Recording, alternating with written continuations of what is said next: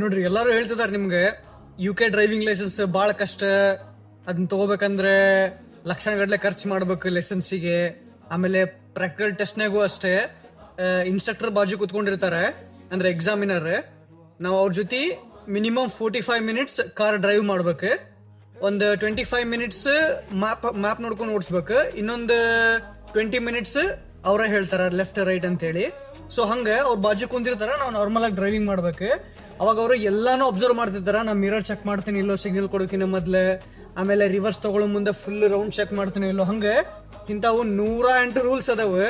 So ಅವೆಲ್ಲ rules follow ಮಾಡಿ ನೀ ಡ್ರೈವಿಂಗ್ ಲೈಸೆನ್ಸ್ ತಗೊಂಡಿ ಅಂತಂದ್ರೆ UK ಡ್ರೈವಿಂಗ್ ಲೈಸೆನ್ಸ್ಗೆ ಎಷ್ಟು ಪವರ್ ಐತಿ ಅಂದ್ರೆ ಆಸ್ಟ್ರೇಲಿಯಾ, ಕೆನಡಾ, USA ಒಳಗೆ ಬರೀ ನೀವು UK ಡ್ರೈವಿಂಗ್ ಲೈಸೆನ್ಸ್ ತೋರಿಸಿ ಅಲ್ಲಿ ಲೈಸೆನ್ಸ್ ತಗೊಂಡ್ಬಿಡ್ಬೋದು ಈಸಿಯಾಗಿ.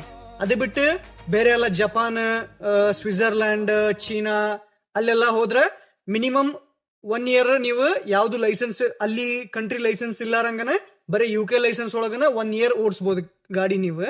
ಆಮೇಲೆ ಈ ಯುರೋಪ್ ಕಂಟ್ರೀಸ್ ಒಳಗಂತೂ ಎಲ್ಲಿ ಹೋದ್ರು ನಿಮ್ಗೆ ಯಾವ ಲೈಸೆನ್ಸು ಬೇಡ, UK ಲೈಸೆನ್ಸ್ ಒಂದಿತ್ತಂದ್ರೆ. ಅದಕ್ಕೆ ಅಷ್ಟು ಕಷ್ಟ ಈ ಲೈಸೆನ್ಸ್ ತಗೊಳ್ಳೋದು. ಎಲ್ಲಾರು ಅಷ್ಟು ರೊಕ್ಕ ಖರ್ಚು ಮಾಡ್ತಾರೆ ಅದ್ರ ಮೇಲೆ.